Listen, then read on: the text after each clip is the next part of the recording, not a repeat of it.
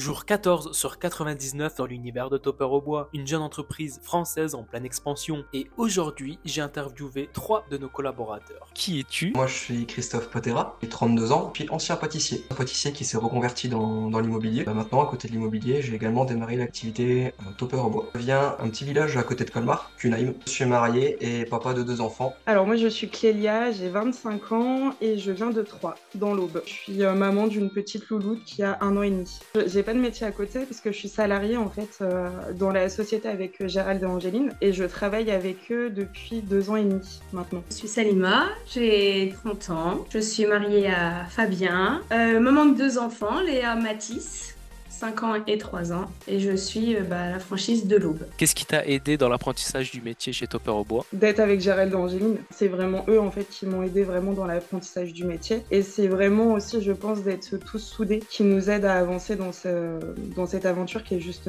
géniale quoi. La chose qui m'a le plus apporté, on va dire que c'était plutôt le séjour à Troyes, quand j'ai rencontré Gérald, où là il donnait des techniques bien appropriées par exemple pour l'activité chez Topper au bois, mais qui peuvent être retransmis dans tout ce qui est commercial. Quel est ton point fort et que souhaites-tu améliorer? Alors mon point fort c'est les rendez-vous immédiats, donc c'est prendre des rendez-vous directement avec les clients. Le point faible que j'avais c'était le recrutement, j'avais un énorme blocage sur ça et du coup j'ai eu ce déblocage là récemment et je suis en train d'améliorer ce point. Le premier, c'est, on va dire, l'organisation, fait de tout calculer, tout millimétrer pour que les journées se passent comme je le souhaite, en fait, hein. Je laisse pas forcément place à l'imprévu. Deuxième point fort, je dirais que c'est ce côté confiant ou convaincu. Je veux dire, quand je vais chez les gens, je suis toujours sûr de moi, toujours convaincu du produit. À l'inverse, mon point faible, je suis peut-être des fois un peu trop empathique. Il suffit que le client soit dans une posture un petit peu délicate ou ce genre de choses. Peut-être pas forcément creuser comme je devrais, je vais peut-être plutôt passer à l'as ou baisser les bras. Pourquoi avoir investi dans la licence de marque Topper au bois? Alors j'ai toujours voulu me lancer à mon compte, j'en avais toujours parlé à Gérald. J'assistais en tant que secrétaire à toutes les réunions et que je voyais les franchisés se développer et être trop contents de ce qu'ils faisaient. Et en discutant avec Marie, elle m'a fait comprendre et réaliser mais pourquoi pas moi et pourquoi pas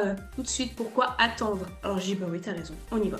Quels sont tes projets et objectifs chez Topper au bois? Je dirais qu'un projet qui pourrait être vraiment sympathique, c'est de se dire tiens, et si demain je pouvais vivre grâce à Topper au bois. Donc je dirais que mon projet chez Topper au bois, ce serait peut-être de pouvoir en vivre et du coup l'objectif de passer pourquoi pas pleinement à cette activité. Et c'est continuer d'évoluer chez Topper au bois avec Gérald et Angéline. C'est vraiment de continuer à évoluer avec eux et de toujours en faire plus. Le projet de cette année, c'est j'aimerais bien avoir une équipe de 10 personnes et doubler les chiffres de l'année dernière. Et travailler en parallèle avec Fanny pour avoir qu'elle devienne manageuse. Quel conseil donnerais-tu à quelqu'un qui hésite à prendre une licence de marque Topper au bois? Arrête de réfléchir et fonce.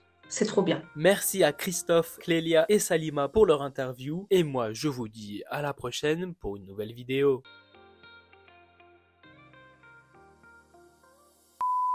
Première prise, c'est parti. T'es à l'aise, t'es chill. Oh, très bien, ça se voit là, je suis hyper à l'aise. J'adore faire ça en plus.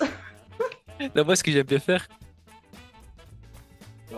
C'est quoi, on va se recontacter un autre jour, hein. Ce qui m'embête aussi, tu vois, c'est que je sais, de par expérience, que tout ce qui est dit, c'est enregistré quelque part et ça peut ressortir n'importe quand, n'importe où.